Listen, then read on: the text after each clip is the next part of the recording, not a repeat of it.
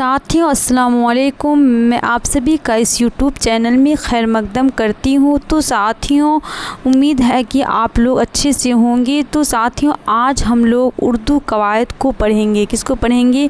उर्दू कवायद को पढ़ेंगे, जो ऑल एग्ज़ाम के लिए इम्पोर्टेंट रहेगा।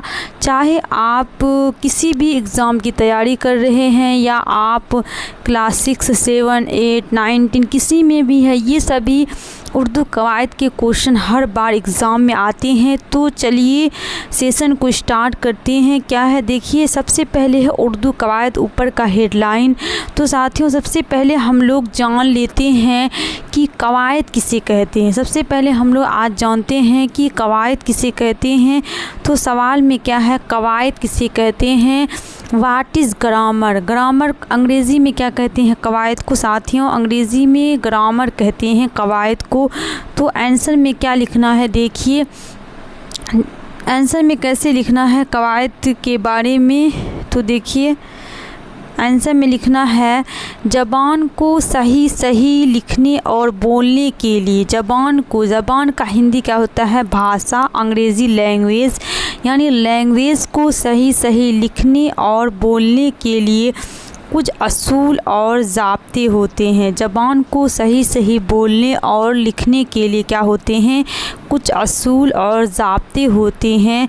इन असूलों और ज़ाब्तों को कवायद कहते हैं। तो साथियों आप लोग कवायद समझ गए। फिर से हम लोग इसको समझ लेते हैं कि हर इंसान क्या करते हैं? लैंग्वेज बोलते हैं, यानी ज़बान बोलते हैं। तो सही सही लिखने और बोलने के लिए, ज़बान को सही सही लिखने और बोलने के लिए कुछ असूल और ज़ाब्ते होते हैं।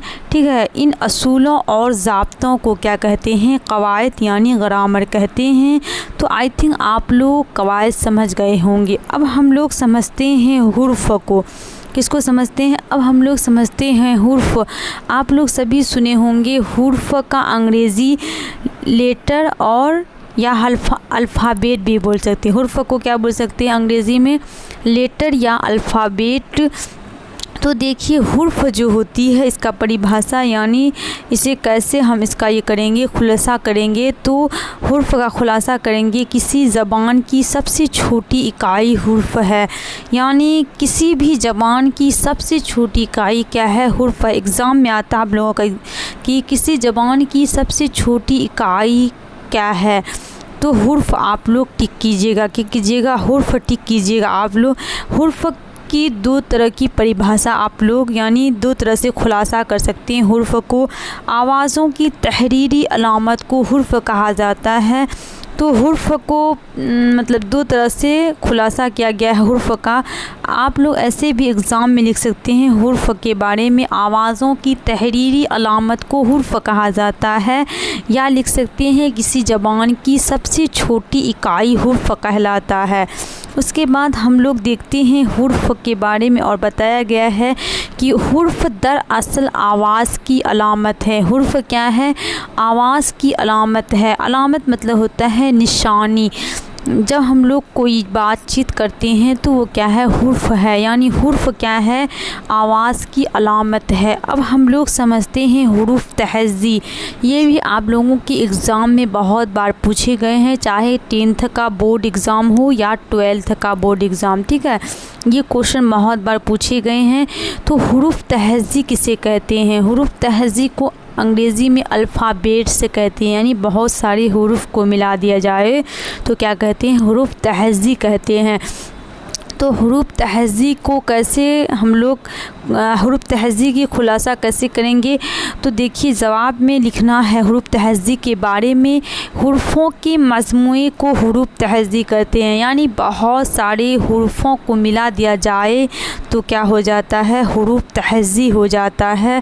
जैसे अलीफ बा ता सा, यानी अलीफ से लेकर या तक ये सभी जो है एक साथ मिला देंगे, अलीफ से लेकर या तक को, अलीफ बा ता सा, ठीक है, इस टाइप से। और लास्ट में या आता है तो इसको सभी को मिला देंगे तो क्या हो जाएगा? हुरूफ़ तहज़ी हो जाएगा। लेकिन अगर हम लोग सिंगल अलीफ को बोलेंगे, सिंगल क्या बोलेंगे? अलीफ, तो ये हुर्फ़ हुआ।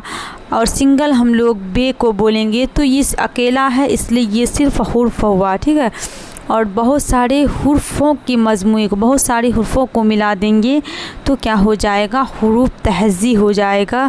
تو ہمیں امید ہے کہ آپ لوگ حروف تہجی سمجھ گئے ہوں گے۔ اب ہم لوگ حروف تہجی کی قسمیں کو دیکھتے ہیں کہ حروف تہجی کتنے طرح کے ہوتے ہیں، کیسے ہم لوگ پہچانیں گے کہ حروف تہجی کون کون سا ہے۔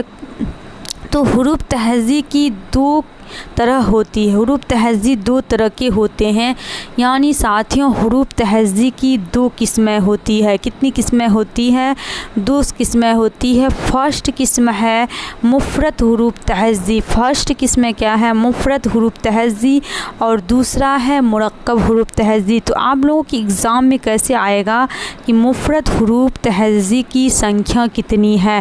تو مفرد حروف تہجی کی سنکھیا جو ہے 36 ہے۔ کتنے ہیں؟ 36 ہے۔ مفرد حروف تہجی کی تعداد پوچھے گا، سنکھیا کو اردو میں کیا کہتے ہیں؟ تعداد کہتے ہیں، ٹھیک ہے۔ تعداد کتنی ہے؟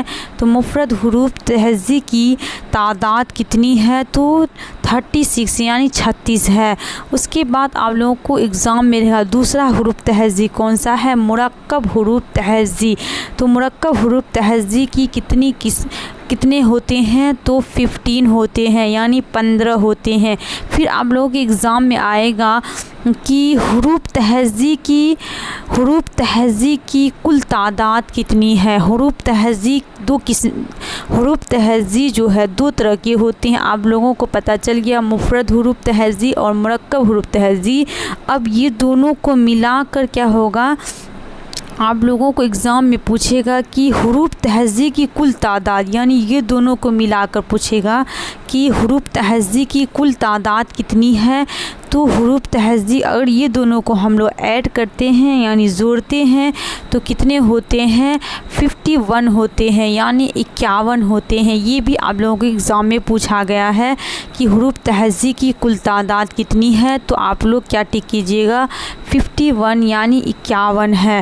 تو آپ لوگ یہاں تک سمجھ گئے۔ اب ہم لوگ سمجھیں گے کہ آخر جو ہے مطلب حروف تہجی کی دو قسمیں ہیں، مفرد حروف تہجی اور مرکب حروف تہجی۔ اب مفرد حروف تہجی میں کون کون سے حروف آتے ہیں اس کو ہم لوگ سمجھیں گے۔ مفرد حروف تہجی میں جو ہے کون کون سے حروف آتے ہیں اس کو ہم لوگ سمجھیں گے۔ دیکھیے اس کی کل تعداد کتنی ہے؟ 36 ہے، یاد رکھیے گا۔ مفرد حروف تہجی کی کل تعداد یعنی سنکھیا کتنی ہے؟ 36 ہے۔ کون کون سا ہے؟ دیکھیے الف با پا تا ٹا سا جیم چا ہا کھا دال ڈال جال را را زا زا شین شین سوا زوا تو زو عین غین فا بڑی قاف چھوٹی قاف غاف لام میم نون واو دسمی ہا یا۔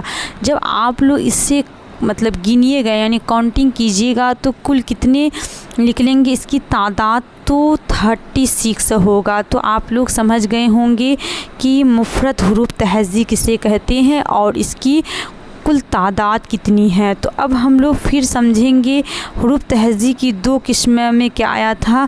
پہلا تھا مفرد حروف تہجی اور مرکب حروف تہجی دوسرا تھا۔ تو پہلا آپ لوگ سمجھ گئے، اب ہم لوگ دوسرا سمجھیں گے مرکب حروف تہجی۔ دوسرا کیا ہے؟ مرکب حروف تہجی۔ مرکب حروف تہجی دیکھیے اس کی کل تعداد 15 ہے۔ اس کی کل تعداد کتنی ہے؟